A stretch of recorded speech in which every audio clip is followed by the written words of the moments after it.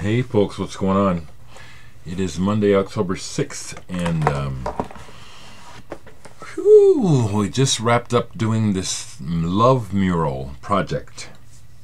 I've worked for the last 7 days in a row with Cey Adams, graphic designer and pioneering graffiti artist. He started the company, The Drawing Book, I think that's head of the drawing board, and was they were the principal company that Def Jam Records and Bad Boy Entertainment dealt with in their early days. I had him sign my Beastie Boys Hello Nasty CD, which he designed. If I don't forget when I'm done with the CD, this video, I will edit in some pictures from the project working with Cey.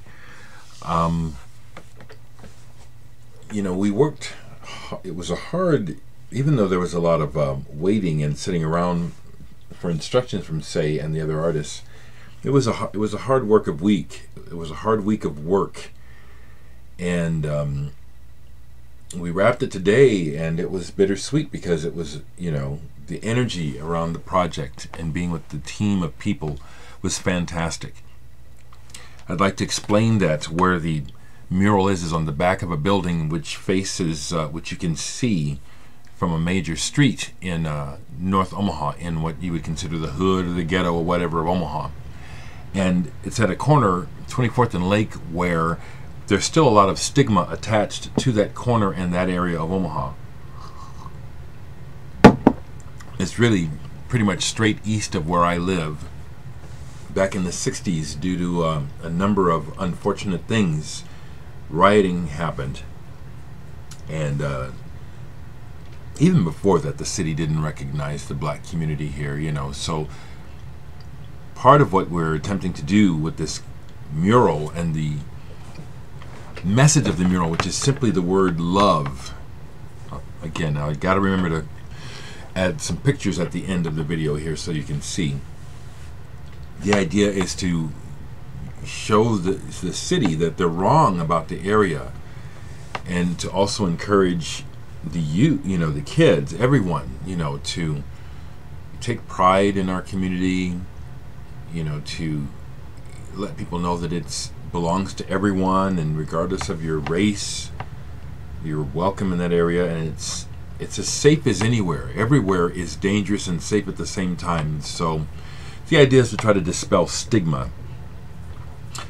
Stigma is where people get ideas based on something they heard, read, or something that happened, and then it just sticks, even though the information or the original thought is no longer true. That's what stigma is.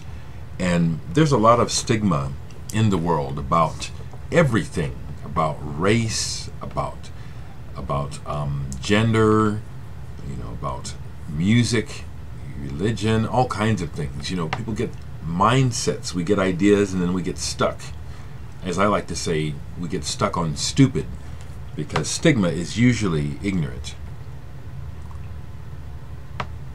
I just want to say publicly that working with Cey Adams, who is a few years younger than me, was a brilliant opportunity.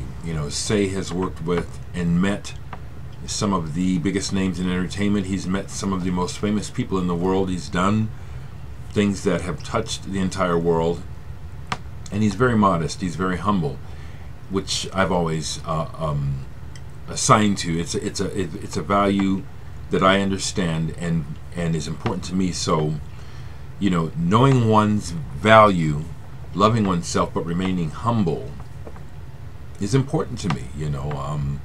It's one of the things that I think is part of the problem with the accruing of power and fame and fortune, is that people lose themselves. I dare say that right now a lot of what's happening in the world is so disconnected from the heart and the soul of what man is about.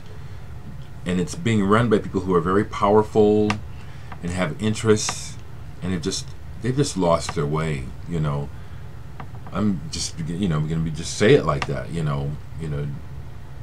Historically, things have happened that have helped to build empires as a result of conquest and war. But I say adamantly and repeatedly, we're at a point in history where we if we really care about each other as humans, we need to reevaluate our continued conquest of material things through war, and because it's not going to work. It doesn't work. It just destroys. And I personally don't believe any of the lies. I don't believe any of it. I don't believe that they're doing anything for any of the reasons they say they're doing it. It appears to me what's happening is that huge profits are being made by specific groups, and that's all that's going on.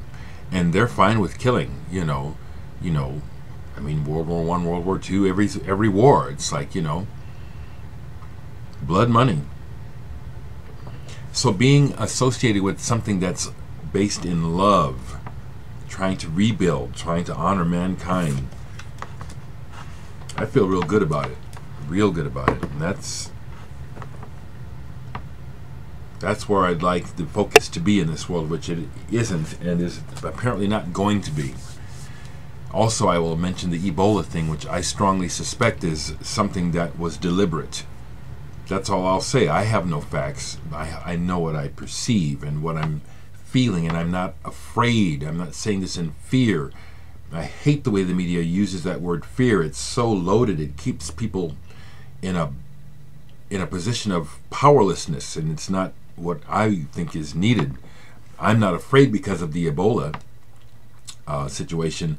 I just strongly suspect that it's on purpose, and I'll connect it to my thoughts about the Georgia Guidestones. I don't know that there's any connection. Sure seems like it to me, though.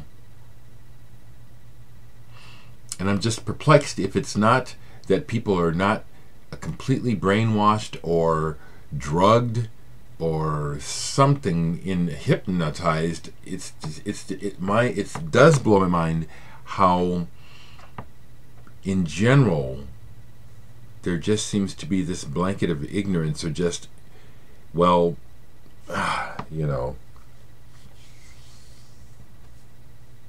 just a lot of people just don't know what the fuck's going on. And I won't use that word should, but it's about time, I'd say, where heightened awareness would be prudent and useful. There's things that each one of us could do to try to save the situation. Apparently, it's not going to happen, but I'll keep saying this because I see it very clearly, with the hopes that maybe a few other, as I speak, maybe others who have concerns or didn't really think about it might start to think about it and not freak out or become afraid or anything, but to think about, okay, so what can I do? What can we do? How can we start to put things back together, or how can we try to reverse the damage? Okay, now what I got to do is remember to insert some photos.